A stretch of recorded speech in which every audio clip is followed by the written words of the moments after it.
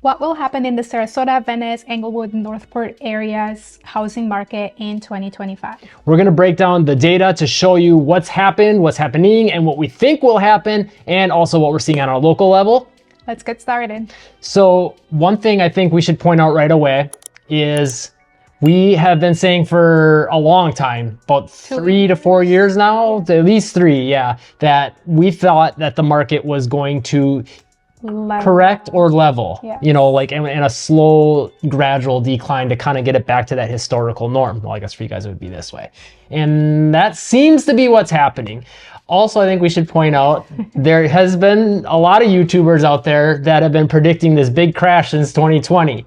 Now, the reason we want to point this out is because, you know, we've always been trying to like be the middle ground people. Like we're, you know, realtors, we want to sell. It doesn't matter. We'd like to sell houses. We want you to buy houses, but we want you to do it at a time that makes sense for you. Right. And we want you to be happy. And also we just want to be honest with our opinion, first of all, on the market with what we see on the ground level in our local market, because every market is different. Even in Florida, you have so many different metros.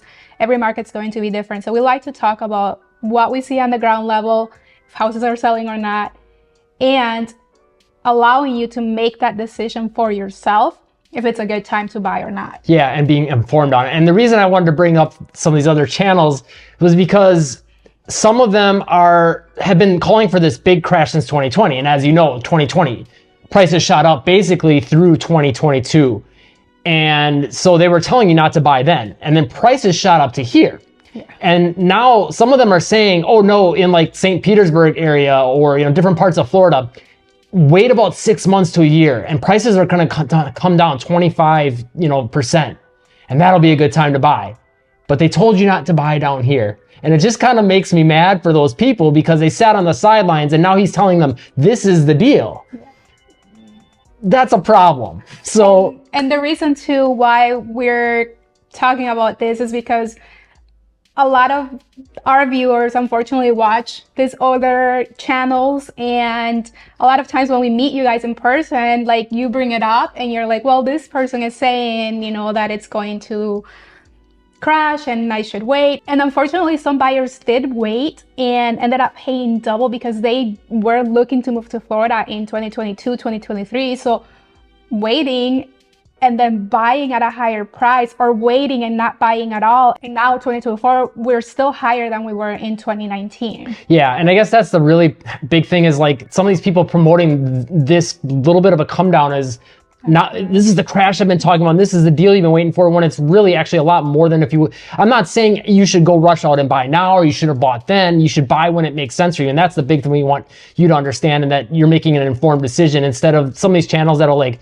cherry pick certain cities or one house or certain time segments of data that fit the narrative of the crash is coming. And they're making the money on getting lots of views because they're calling for this crash. But when they've said it for 4.5 years and it's only went up and now finally leveled off. And now they're telling you to buy when it's still higher than it was when you should have bought. Like that kind of, if you can see, we're passionate about it because it's like we get upset about that. I mean, if you didn't buy back then, there's nothing you can do about it, right? It's just now looking forward and moving forward and kind of taking YouTube and everything, the media for that matter, with a grain of salt, doing your own investigations and, you know, doing your own research, trying to figure out what's best for you. And if you think that continuing to rent is best for you, then, you know, that's what you think is best for you. But if you think that buying and you need a home now, then that is what's best for you. And the biggest piece of advice before we get into some of the data, I think, is like, if you're looking to stay in the place, I'd say at least 5 years would be the minimum, then go ahead and buy. You know, ideally closer to that 10-year mark. You know, if there's a big crash, things are going to probably come back within that time span. I would say 10 years is a pretty safe bet. 5 years, a little less certain, but better chance that you can recoup what you paid for. Yeah, and if it's your forever home, of course, a lot of times we get into a house and we think that's going to be our forever home, but things change and things happen. But if you're going into it thinking, you know, this is an investment and I'm going to gain equity and I'm going to sell in a year, then no, that's not the right time for you to buy. But if you're going into it thinking that, okay, this has potential to be my forever home, I'm not planning to buy this home and sell it down the road, going to be here forever, then yeah, this is the right time to buy. Yeah. So stop feeding these people their views so they're making money on all the clicks for the doom and gloom crash videos. Okay, that out of the way. Let's look at some actual data. We'll compare last year to this year. We're going to look at the Northport Metro, which is where we're located. So this is going to include Lakewood Ranch, Sarasota, Bradenton, Northport, Welland Park, which is Northport, Venice, part of Inglewood, and obviously Sarasota. So first things first, just so you have an idea of which line is which, orange, yellowish marigold line is last year, or this year, I should say, soon to be, by the time you see it, it'll probably be last year. So 2024, and the bluish turquoise-ish line is 2023. So we're on new listing median sale price. And as you can see, year over year, I mean, it went down pretty significantly. And that trend has been somewhat gradual, and you can see, so this is one thing to keep in mind too. Like sometimes you'll see YouTubers talk about like, oh, look at how much the prices dropped this last month or whatever. But you can see both these years, there's these dips and times where it goes up. And that's because there is a seasonality to Florida for sure, every real estate market. Yes. So our busy time here in Florida is the winter months when, we have all the snowbirds. Everyone up north is thinking to move to the warmer climate. So Florida's top of their mind. So the real estate market, it's pretty much moving very quickly in Florida. Yeah, and it's definitely dependent even from city to city in Florida. And that's one big thing we want you to understand with all this data we're going to show you too. Like all those cities we covered and mentioned, that are part of this Northport Metro, like there's such a spread. Yes. And it's very local. And we have another channel, link in the description, where we literally go to different cities all throughout Florida. And we'll give you market updates for those cities as well as home tours and show you kind of what you get for your money.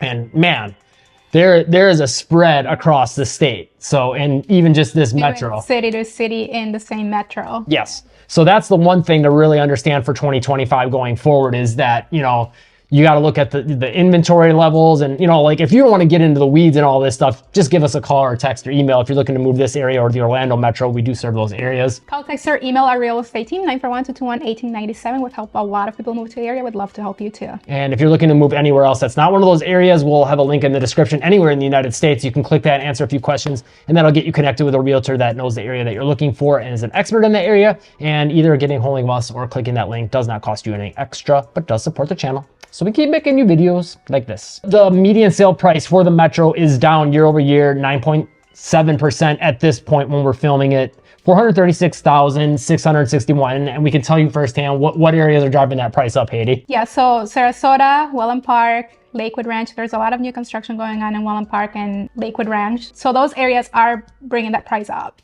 And even I would say a little bit maybe some of the North Venice area to some degree too, and some of that kind of like East Sarasota new developments. But prices, so if you can see here, they were down in October to November, and then they went up a little bit starting October 14th to November 10th. So prices did have a 1% increase last month, October 2024. And it seems like it's leveling off a little bit yet. Yeah, and I mean, if you look at the trend though for the year as a whole, like last year, it kind of made this dip and then it went back up. But this year it seems like it's dipping more and it's kind of going up, and it seems like it's leveling off a little more. Now we'll pull back and over more of the multiple years, so you can see some of that in a second, just to get a sense of where things are going. But this is the median listing price. Median sale price, you'll see though, is a little bit different. So places ended up selling for a little bit more earlier in this year, kind of like spring and summer months, and then had a pretty dramatic drop off. So it's not always apples to apples in what it's selling versus listing. I think some of the biggest things to look at though is the months of supply, which is right here. And again, that's very seasonal. You can see dip and then coming back up. And again, like we'll get into some of the overall market data and you'll see like when you compare this to the last several years, it is getting high-ish. So 3 to 6 months would be a balanced market. 3 months is still a little bit of a buyer's market just because we're in the lower end, but 3 to 6 months, that's what it would be. And as you can see right now, we are at 5.6 months supply. Again, like keep in mind, we've seen, I want to say Inglewood, Port Charlotte, and a couple other areas are above that 5.6 month mark, like well above it at the time of filming this. So that kind of gives you an idea of how much difference there can be from city to city. So when we're talking 2025 predictions, it is hyper local. You can't just look at Florida as a whole. I think you can kind of get a ballpark from that. But at the same time, like, there's with snowbirds and just new construction communities and the hot spots that keep popping up, there's such a variability from city to city. I think it's really important to understand that. And even from neighborhood to neighborhood within a city, there are homes that still sell very quickly. It all depends, location, neighborhood, if people want to move to that area, and also pricing. Yeah. So at this 5.6 months of supply, we are starting to get closer and closer and closer to being full on buyer's market, which is good news for you if you're looking to buy. If you're looking to sell, not as good, but at the same time, with all the appreciation you got over the last 3-ish years, I think you'll be doing okay. And I think pricing competitively too, if you're a seller, that would determine whether or not you are able to sell or if you are able to sell quickly. Yeah, and I guess I should note, maybe you won't be doing okay based on that appreciation because it depends on, when you bought and where you're looking to move to and what the costs are there too. So again, it's a very personal situation. So average sale to list ratio. So this is where things get interesting. You can clearly see in 2023, it was a lot closer to what it was listed, which at the high end, we're looking at around 97.5%. So meaning if a place is listed for $100,000, on average, you're gonna be able to get it for about 97.5. But I mean, 2024 got a lot lower down here. And at the low point, we're looking at 96%. So I mean, not dramatic, but a percent somewhat substantial. Quite a bit when you're talking about money. Yeah, and especially if you're talking, like a lot of homes are going to be listed around that $400,000 to $500,000 mark. 1% can mean a lot, especially if maybe the place also had a price drop included in that as well. So now let's pull back out, and then we'll talk about some of the broader things that we think are going to make an impact that are going to kind of lead to our prediction for 2025. But the median sale price, okay. So the median sale price since 2019, as you can see here on the graph, it has been going up quite a bit.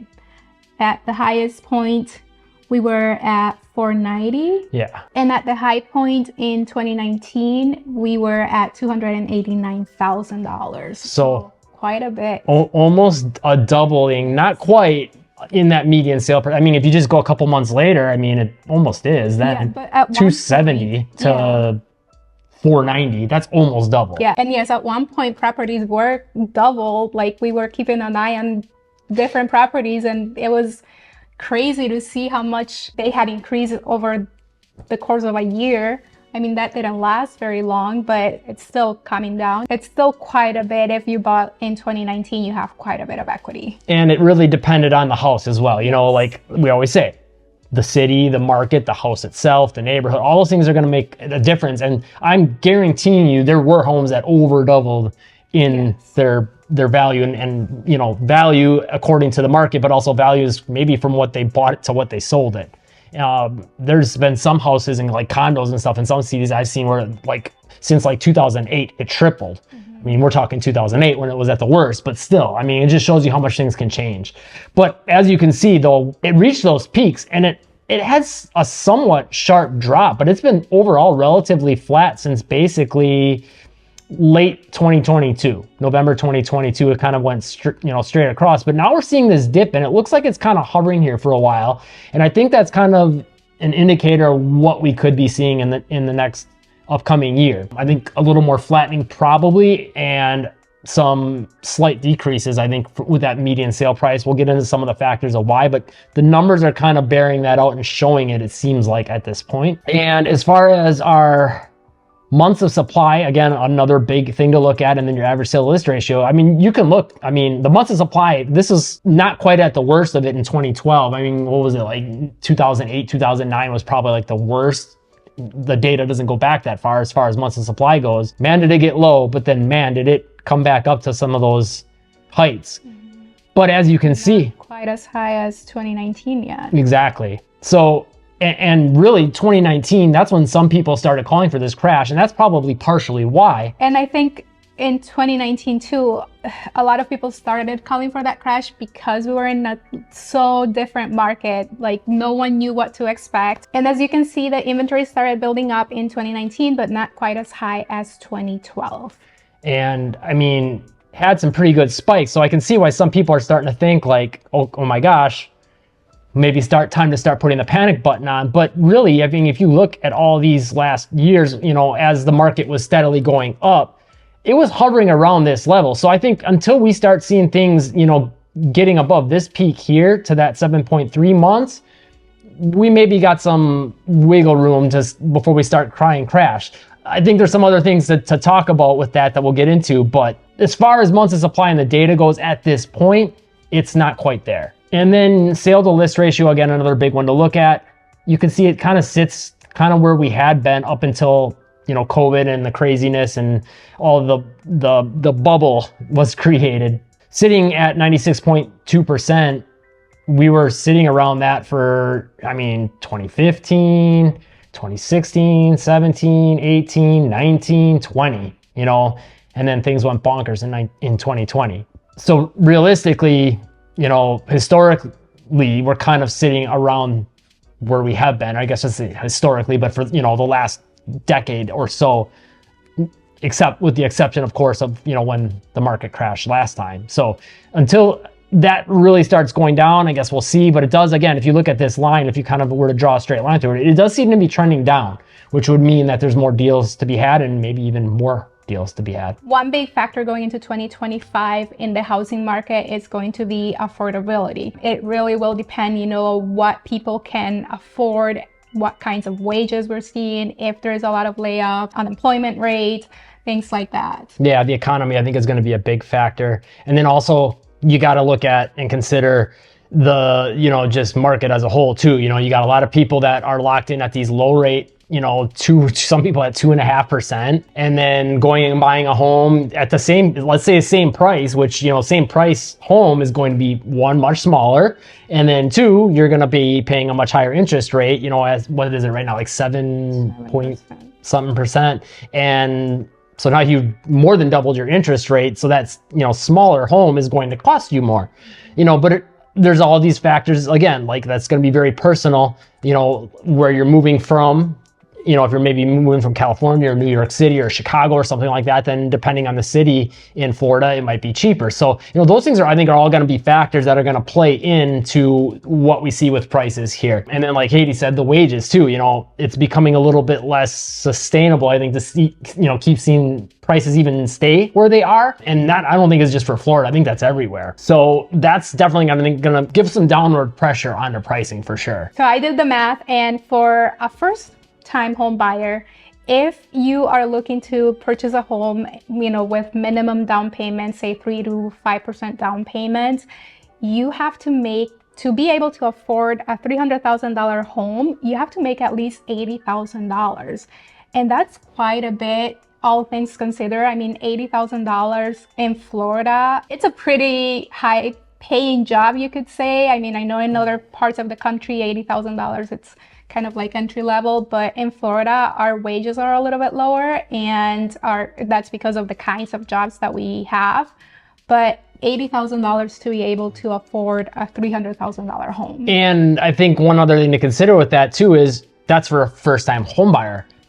First-time home buyer is probably going to have closer to that entry-ish level job, maybe a little bit, maybe had a little bit of time to work themselves up the ranks a little bit, but... And minimum down payment as well. And on top of that, you add all the closing costs, and it's going to be interesting going into 2025 and seeing what happens with the market, because we do think that something's got to give. Yeah, and that's something that's going to, I think, affect more of the, cities where there's younger population and people that need to work. Like our area, like Venice, it's a little bit more retirees, your Naples, things like that. So again, it's going to be market specific. And that's something I think that's really important to understand, that, different cities are going to be affected differently by this, issue as far as affordability with wages to being able to buy a home, and the kinds of people that are going to be able to buy in these different markets are going to change that demand. Next big thing to consider, and we have seen no shortage of people talking about this, comments about this, the hurricanes, the insurance, how is that going to affect things? Yes, I think a lot of people that maybe wanted to move to Florida are now thinking it's probably not a good idea, because, you see the media and you see all these crazy talk about, I mean, I don't want to downplay hurricanes because they are dangerous. If you're not prepared, it can be very, very dangerous, especially if you're in a flood zone.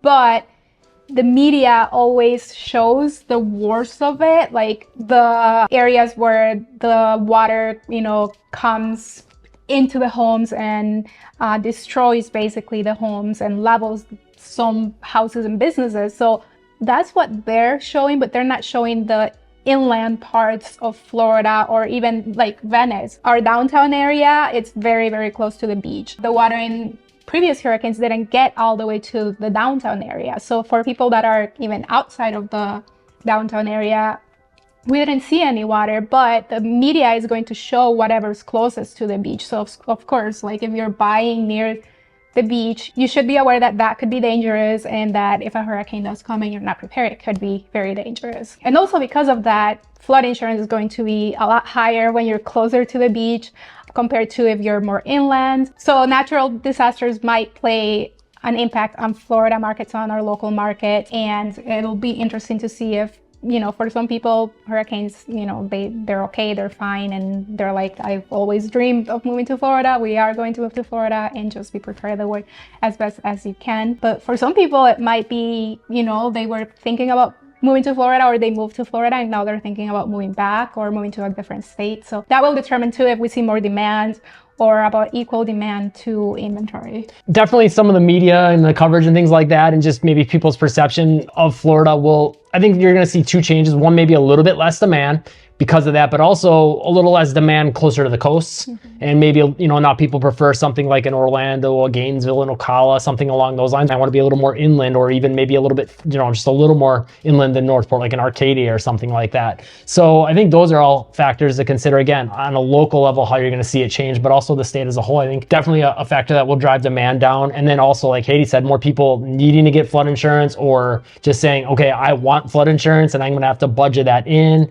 And then obviously insurance as a whole, just regular insurance, seeing the comments and hearing about it. We did a whole video, actually, I'll link it in the description, about the reality of insurance in Florida, which it has gone up, but I don't think it's as crazy as some people might think. Yeah. And that doesn't necessarily matter though, because when we're talking about the market, perception is going to drive people's action. So I think that's another factor that could maybe push prices down in 2025. And here's the wild card: the economy, inflation, and interest rates. What's going to happen in 2025?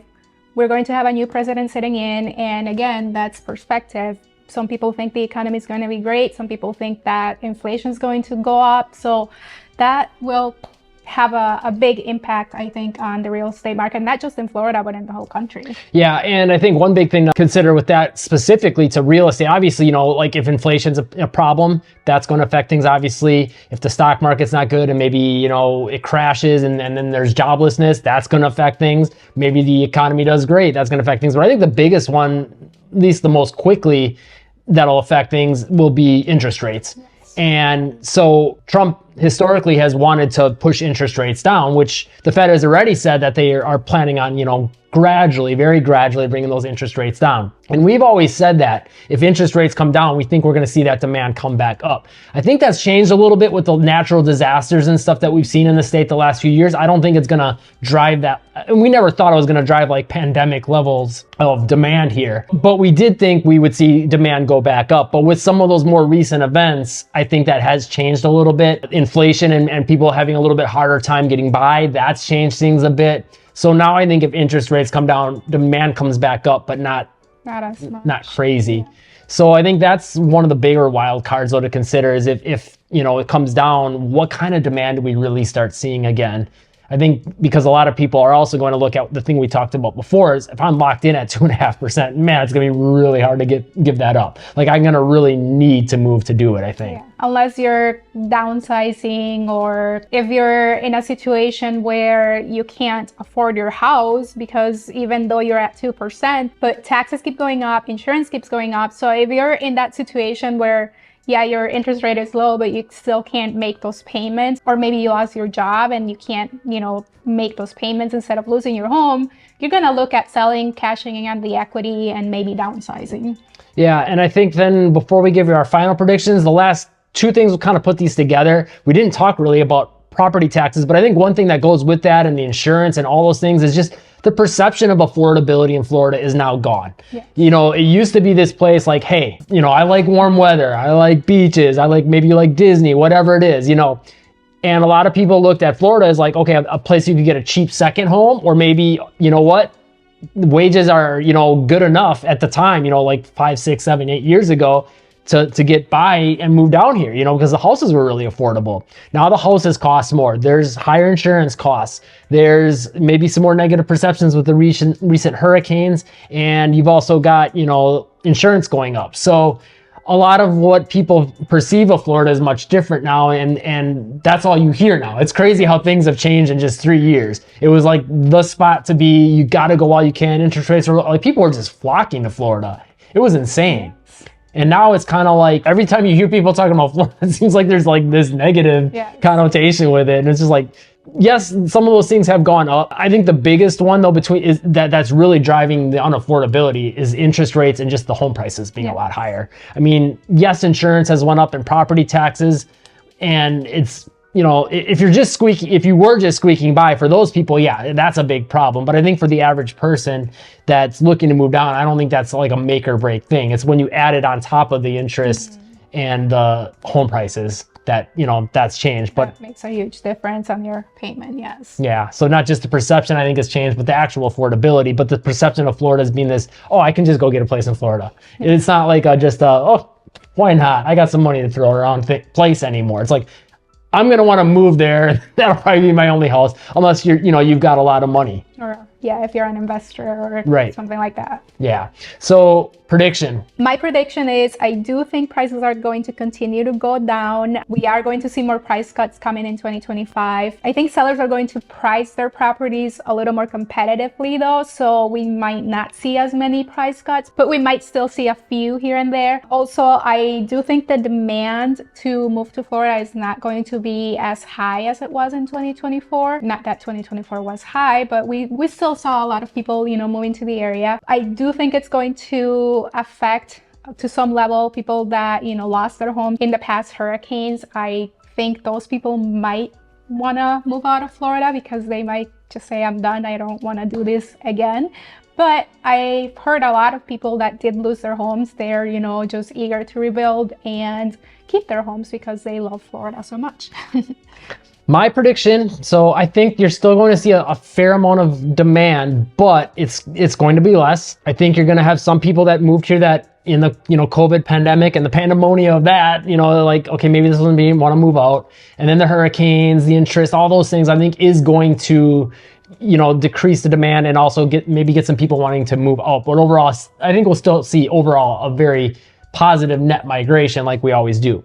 That being said, I'm with you. I think a leveling but a very gradual drop off. And I think what we're going to see is that this year and next year, so 25 and 26, and that'll get us closer to like where that, I got to go this way for you guys, where that average, line of appreciation should have been before things went crazy in 2020. That being said, I think one caveat I think that we would both make would be that wild card we mentioned of inflation, the stock market, and interest rates. Like those three things could really, really change those predictions. So depending on how all that goes, we might see a much, more bearish or bullish market of real estate. Prices could go crazy high again, or they could drop off a cliff. Yeah, or they could stay the same if interest rates don't come down. So I guess we'll see on that. Yeah, but I think the biggest thing that I think is going to keep them relatively flat-ish, and maybe they go slightly up or slightly down, and a lot of people are actually predicting they go slightly up. But I think the biggest thing is that lock-in effect. Like it's really hard for anyone to want to sell their house and get out of that interest rate, and because no one wants to sell, now they're also not putting a house on the market. I think Florida is a little bit of an exception to that because a lot of people do have that second home here. If you're looking to buy or sell a home in the Orlando, Venice, Sarasota, Northport, Englewood, Port Charlotte areas, make sure to call, text, or email our real estate team 941-221-1897. We've helped a lot of people move to the area. We'd love to help you as well. And if you're looking to buy or sell a home anywhere else in Florida or anywhere else in the United States for that matter, click the link in the description, answer a few questions. That'll get you connected with a realtor that's an expert in the area that you're looking for, either getting a hold of us or clicking that that link does not cost you anything extra, but is a great way to support the channel so we can keep making new videos like this, and we do appreciate it. Make sure to leave a comment with your prediction and live breezy.